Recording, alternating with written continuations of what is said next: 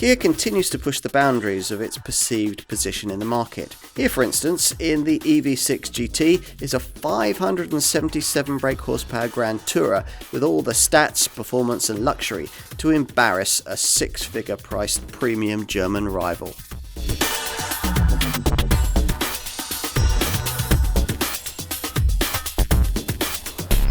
The EV6 GT is one of the most expensive models Kia has ever sold. Yet looked at in class perspective, you might also consider it to be amongst the best value cars the brand has ever offered.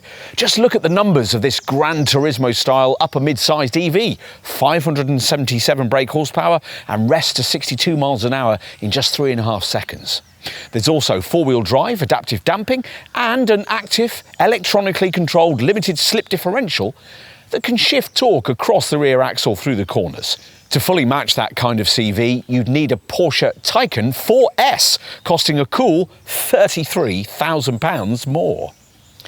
The EV6 GT is the model taking over from the car that, more than any other, proved that Kia could be more than just another mainstream brand. Launched in 2018, the Stinger sold modestly, but its halo effect on the brand was considerable. Kia, it seemed, really could make a proper Gran Turismo-style luxury car to rival the German premium brands, and the EV6 GT claims to be an even better one. Despite the numbers, it's not all about performance. Its close cousin, the Hyundai Ioniq 5N, is more track-tamed. There are slightly different priorities here, but still very fast ones. To find out more, you'll need the usual comprehensive car and driving review.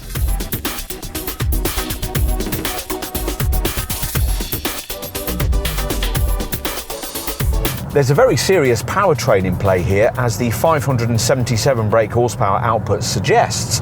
That's 256 above the standard EV6 all-wheel drive model that shares its 77.4 kilowatt-hour battery with this GT.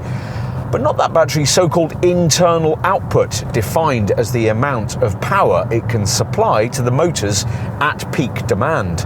That has almost doubled over an ordinary EV6. Unfortunately though, there's a price to pay for this in terms of driving range, which falls to 263 miles here, a full 51 less than you'd get from an ordinary all-wheel drive version of this Kia.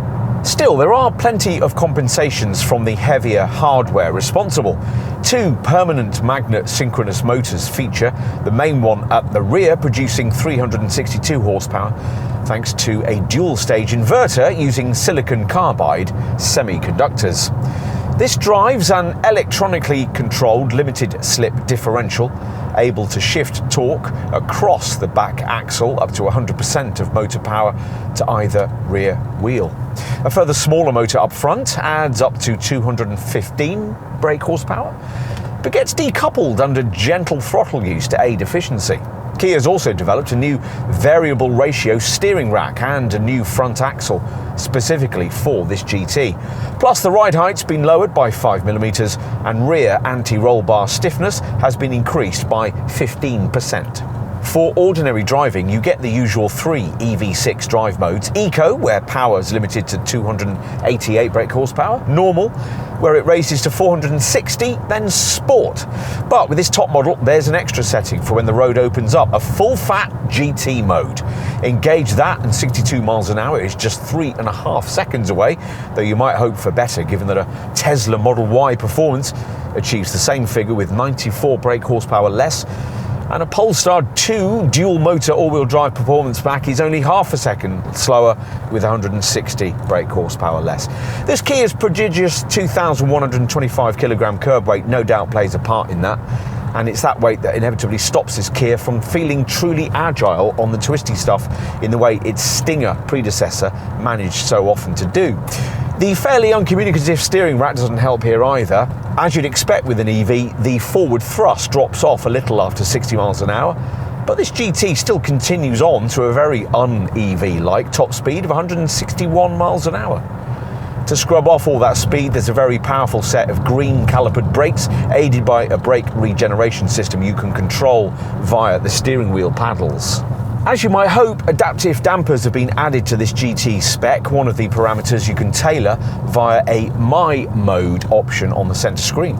The damping setup's 9% softer at the front and 11% stiffer at the rear than the standard EV6. Big 380 or 360mm front-rear brake discs deliver prodigious stopping power, and traction's assured not only by the all-wheel drive system, but also by a grippy set of Michelin Pilot Sport 4S tyres wrapped around the big 21-inch wheels.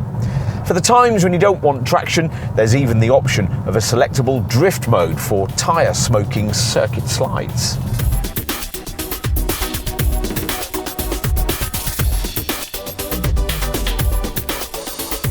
You'd have to know your EV6s to recognise this GT version. This car's close cousin, the Hyundai Ioniq 5N, is rather more overt, but the cues are there with this top gear if you look for them. Big, bespoke 21-inch wheels with neon green calipers, redesigned bumpers and a sharper body kit mark the car out in profile. The front features a bespoke lower splitter, whilst at the rear there's a unique lower diffuser element and an aerodynamic upper roof spoiler. Inside, neon green detailing marks out the GT's cabin, that colour used for the GT button that's been added to the steering wheel, and also for the special stitching on the unique soft black suede bucket seats that sit you rather higher than you might expect for a high-performance fastback of this kind. They look good though with their GT branding and silver shoulder height inserts. The same can't be said for the EV6's rather ugly two-spoke wheel. Making that look sporty would take more than just a bit of green stitching. A GT badge has been added to the passenger side of the fascia, the top of which has faux carbon fibre finishing. You get a head-up display plus alloy pedals, and there are big Meridian speakers in the doors. As in an ordinary EV6, at the wheel, you're very aware that you're behind the wheel of a new era EV, but quite a few old-style knobs and buttons have been retained, and you don't immediately feel that you'll have to spend hours perusing the handbook before you can operate anything. The driving position is lower and more car-like than you'd expect from a crossover, and the steering column's at quite a sharp angle, so it all feels a bit different, but nothing you couldn't quickly adjust to. As is the current trend, two giant 12.3-inch screens linked together for the infotainment and instrument displays, which are much as in any ordinary EV6, except that the display you view through the steering wheel gets green flanking tinges when you're in GT mode. Apart from screens, your initial attention will probably be taken by this two-part floating centre console, and by the fact that it doesn't join onto the dashboard ahead, which adds a very spacious feeling here. This dashboard doesn't need the usual lower centre stack because it doesn't have to accommodate separate climate control buttons. Not because these have been hidden away on the upper touchscreen, though you can find them there, but because this clever narrow multi-mode display flicks from infotainment monitor shortcuts to ventilation functions at the press of a button. The cabin's full of useful storage areas and fashioned with all kinds of quite interesting materials. Provided you ignore the tiny door pockets, you should find storage space to be quite generous, mainly thanks to that floating centre console we just mentioned. This has a deep lidded upper section and also a deep open lower storage well with a 12-volt port and a USB-C socket at the end, with lower dashboard USB-A and USB-C ports nearby as well. Okay, let's take a look in the rear. Now, it's here that you'll notice the extra space this EV6 GT offers compared to its two most obvious similarly performing segment rivals, the Tesla Model Y Performance and the Polestar 2 dual motor all-wheel drive performance pack. Which is down to this EV6's lengthier 2,900mm wheelbase. Cabin space back here is in fact similar to many mid-sized SUVs. There's comfortable space for two adults on the rear bench, and you could fit a third middle-seated person in relatively easily thanks to this flat floor. The front sports seats with their silver shoulder slits don't allow for the usual seat back pockets, but the backrests recline and you get a central armrest with cup holders and overhead reading lights. Twin USB-C ports are also provided back here, as are heated seats and bottle holders in the nicely stitched door cards.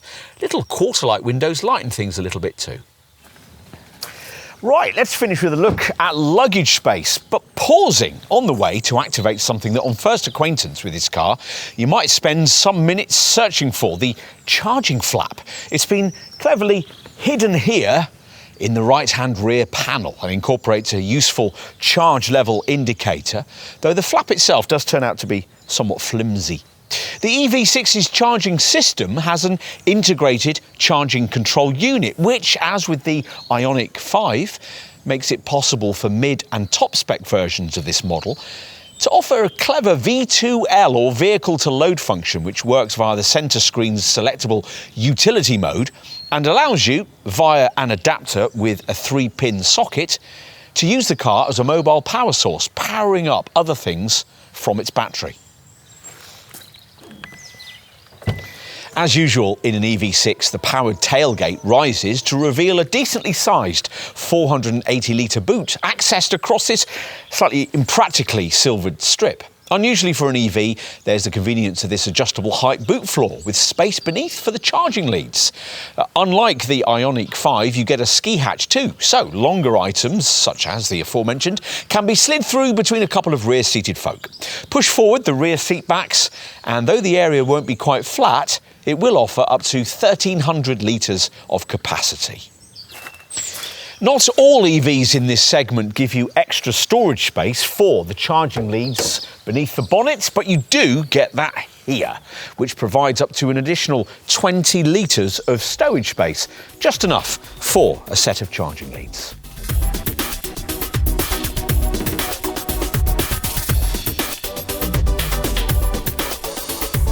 At the time of this test in spring 2024, Kia was asking just under £63,000 for this EV6 GT, which makes it one of the priciest cars the brand has sold in this country. But the extra premium of £6,400 over the priciest EV6 all-wheel drive GT Line S variant seems a reasonable ask given the extra performance on offer here and the additional features like adaptive damping and sports bucket seats. It's also worth noting that the GT variant gets a standard heat pump for more efficient cabin temperature regulation in colder months. That's a £900 option on an ordinary EV6. As for rivals, well, the asking price is around £2,000 less than the similarly engineered but more track-focused Hyundai Ioniq 5N, which has 601 brake horsepower, and around £4,000 less than the also similarly engineered Genesis GV60 all-wheel drive dual-motor Sport Plus, which has 429 brake horsepower. As for rivals from outside the Hyundai Motor Group, this Kia's price is £3,000 more than perhaps the most obvious class alternative, the Tesla Model Y Performance, though that car has 94 brake horsepower less. It's £5,000 more than the other obvious rival that might spring to mind, the Polestar 2 dual-motor all-wheel drive performance pack. But both feel slightly smaller cars than this Kia, and are. A Ford Mustang Mach-E GT is perhaps closer in terms of size, but one of those costs over £12,000 more and is a second and a half slower to 62 miles an hour. To sit in and to drive, an EV6 GT feels more like the size of, say, an Audi e-tron GT Quattro, which cost around £24,000 more, or a Porsche Taycan 4S, which costs around £33,000 more. EV6 GT equipment includes intelligent LED headlights, which turn with the bends, plus through the spokes of the larger 21-inch wheels, shod with stickier Michelin Pilot Sport 4S performance tyres, you'll glimpse neon green brake calipers. Sporty trim features around the fascia, you get a unique sports steering wheel, and there's a 14-speaker Meridian premium audio system upgrade. Along with a head-up display, alloy pedals, a smart powered tailgate, a 360-degree around view monitor, and remote smart park assist, which will allow you to stand outside the car and park it with your smartphone. In addition, the GT comes with Kia's Highway Driving Assist 2 setup that uses radars around the bodywork to adjust the distance to vehicles ahead and centre the car in its lane. As you'd expect, there's loads of camera safety kit included, forward collision avoidance assist with a junction turning feature, plus a blind spot view monitor, rear cross traffic assist, and a lane keep assist feature. along with a lane follow assist setup that keeps you a safe distance behind the vehicle ahead, combining with a highway driving assist feature to automatically adjust the car's speed to suit surrounding traffic. There's also Kia's PCA, or reverse parking collision avoidance system, which will alert you if you're about to back up into something or someone. Plus, you get intelligent speed limit assist and the brand's useful safe exit assist system, which alerts occupants if they're about to open their door in the face of an oncoming cyclist or vehicle.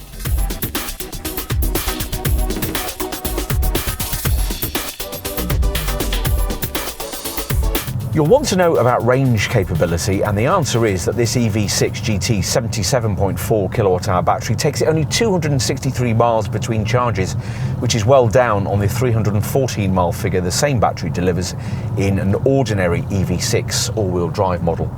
We'd expect you to be getting somewhere in the 210 to 225 mile range in regular use. As with all EV6s, this car's eGMP platform allows for 800 volt capability, and this Kia accepts DC rapid charging at up to 220 kilowatts. If you're able to charge in this fashion, your EV6 GT will be able to accept a 10 to 80% charge in just 18 minutes, and 62 miles of extra range can be added in only 4.5 minutes. At home, using a typical 7.4 kilowatt garage wall box, a full charge would take 12 hours and 30 minutes. The EV6 GT is also able to distribute charge to other vehicles at up to 3.6 kilowatts using its Type 2 socket as part of an incorporated vehicle-to-load, or V2L, function. We're not quite sure why you'd ever want to do that, but it might conceivably be useful to charge large appliances using the car's battery on an outdoor adventure, according to Kia. The EV6 GT is fitted with energy recuperation technologies to maximise driving range. This includes Kia's latest generation energy-efficient heat pump, which scavenges waste heat from the car's coolant system. This ensures that at -7 degrees Celsius, the car can achieve 80% of the range that would be possible at 25 degrees Celsius. Also featured is the latest generation of Kia's smart regenerative braking system, which is operated by paddle shifters behind the steering wheel, so drivers can quickly and easily slow the car and recuperate kinetic energy to maximise driving range and efficiency. Insurance is Group 45A.